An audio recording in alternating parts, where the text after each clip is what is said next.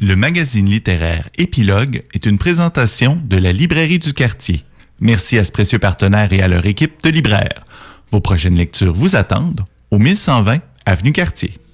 Et oui, puis ça fascine bien sûr parce que l'esprit criminel fascine. On le sait à quel point c'est une industrie, ma foi, lucrative dans le monde du documentaire notamment. Et donc là, on va vers Vertam, Dr Vertam et vraiment le sous-titre « L'homme qui étudia les tueurs en série et faillit tuer la bande dessinée ».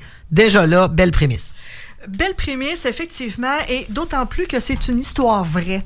Dr Vertam, c'est un psychiatre allemand qui est allé faire sa carrière aux États-Unis et petit à petit, il a été en contact avec des tueurs en série à la fin du 19e, début du 20e siècle. Alors, et contrairement à ses collègues, lui, ce qu'il aimait, c'était de parler avec ces gens-là. Il était au début d'une espèce de tournant où, en psychologie et en psychiatrie, on étudiait l'environnement du criminel pour essayer de comprendre qu'est-ce qui pouvait l'amener là versus de dire « Ah, ben, il est fou ». Exact.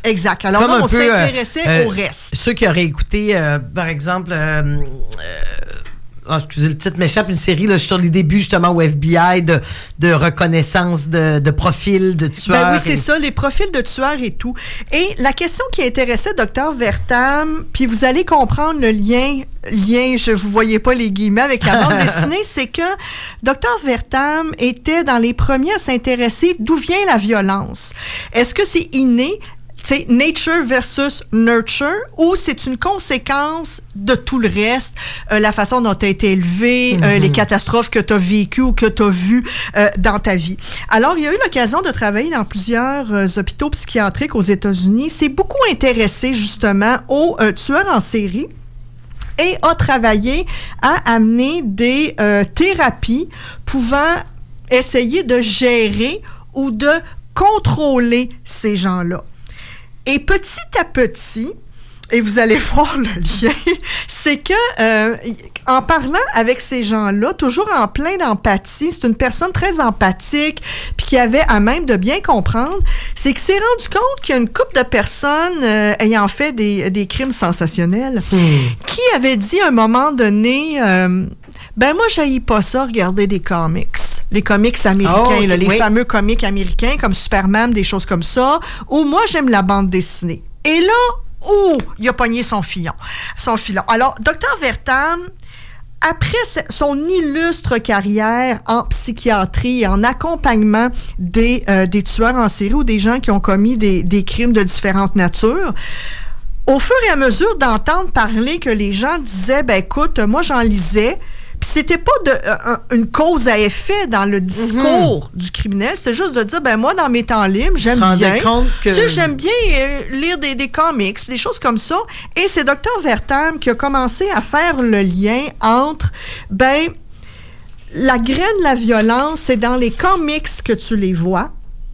Et voici ce que tu deviens après. Alors, dans la deuxième portion de sa carrière, et tout ça, c'est vrai, c'est délicieux la façon dont c'est présenté, c'est que dans la deuxième portion de sa carrière, il s'est dit comment protéger les enfants.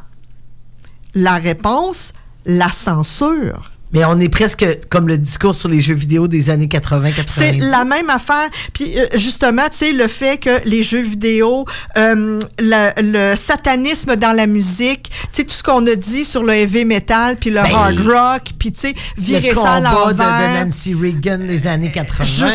Justement. Alors, il y a toujours, on essaie toujours de chercher une cause unique. Oui. Parce que ça serait plus facile à gérer de se dire, c'est à cause de ça. 100%. Alors, Dr Vertam, lui, après ça, sa croisade, ça a été de parler, il faut absolument cesser de publier des comics, de publier la bande dessinée, parce que le lien se fait. Ça vous surprendra pas que je vous dise que Dr. Vertam s'est un petit peu excité le poil des jambes vers la fin des années 40, début des années 50 aux États-Unis. Ah ben tiens donc, le macartisme, Ben oui. l'espèce de courant De conservateur, puis de guerre Tout à froide. Puis même si vous aviez des capitaines américains qui combattaient les méchants soviétiques et les méchants communistes, ben ça reste que le mot-clé, c'était combattre. Combattre veut dire violence. Donc, faut pas que les enfants lisent ça. Et c'est qu'à un moment donné aussi, alors vous voyez le lien entre tout ça. Alors, dans les années 50, les années 60, Monsieur Vertam, Dr. Vertam, a vraiment travaillé très fort avec les élites conservatrices des États-Unis pour censurer carrément les comics et la bande dessinée. Ils y sont... ils ont réussi parce qu'il y a eu, à un moment donné, je regarde mes notes, je ne veux pas vous induire en erreur, en 1955, le Comics Code, qui est un peu comme le code à Hollywood, à partir des mêmes années où tu pouvais pas montrer un paquet d'affaires. Espèce de bureau là, des bonnes mœurs. Le bureau des bonnes mœurs. Alors, en 1955, il y a eu le bureau des bonnes mœurs dans la bande dessinée et la censure était très, très, très restrictive. Et là, vous allez me dire, ouais, mais ça, c'est les grosses années de Superman, de ci, puis de ça. Ben, justement... Dès l'arrivée publiquement du Comics Code, c'est que les maisons d'édition des comics ont viré ça leur avantage en disant « on va faire de l'ironie ». On va rire d'eux. Alors, sous le couvert de la rigolade, ils pensaient leur message. Alors, vous savez, c'est dans les années 50-60, la bande dessinée, surtout aux États-Unis, est devenue beaucoup plus revendicatrice, beaucoup plus sociopolitique, de passer des messages, des choses comme ça. Alors, ils ont eu beaucoup de plaisir, ensuite, dans les années 50-60, à rire du Comics Code, qui, à un moment donné, s'est complètement désagrégé de lui-même quand ils ont vu l'argent. Encore une fois, tu le disais tantôt avec Mira, c'est à un moment donné, ben les comics, c'est une grosse industrie qui rapporte beaucoup d'argent. Alors, ils ont décidé de se calmer le gros nerf. Alors là, vous allez me dire... Il y a des exemples de ça, d'ironie, de détournement? Oui, okay. tout. Puis, c'est ce que je voulais dire, c'est que, à la limite, c'est quasiment un essai graphique. Ouais. La bande dessinée est très verbeuse, beaucoup de textes. On a parlé de Morgan Taylor il n'y a pas longtemps. Ça ressemble beaucoup. Noir et blanc, exact. cases assez remplies, beaucoup de textes. Beaucoup de textes. Les dessins, c'est surtout des close-up, des visages des personnages. Vous les reconnaissez. Vous voyez des photos du Dr. Vertam, vous le reconnaissez tout de suite. Le dessin est fantastique, il a l'air d'être fait au crayon de plomb. Alors, c'est exactement la même chose qu'avec Morgan Taylor. Beaucoup de textes. Et c'est quasiment un essai. On apprend beaucoup de choses sur les différentes phases du Dr. Vertam. Et ce qui est drôle aussi, c'est que autant il a été progressiste dans son approche avec les criminels pour essayer de les comprendre, de les écouter puis de les calmer, autant dans ce qui touche la bande dessinée, ben ça a été un fou furieux. Puis ce qu'il aimait aussi, c'est que il était devenu la référence en censure des bandes dessinées. Alors, il était invité sur toutes les plateformes. Puis à un moment donné, ça lui a peut-être monté un petit peu trop à la tête. Mais tout ça pour dire que d'un autre côté aussi, c'est que Dr. Vertam, c'est dommage parce qu'on s'en souvient plus, c'est qu'il a travaillé beaucoup pour la cause des droits civiques des Noirs aux États-Unis.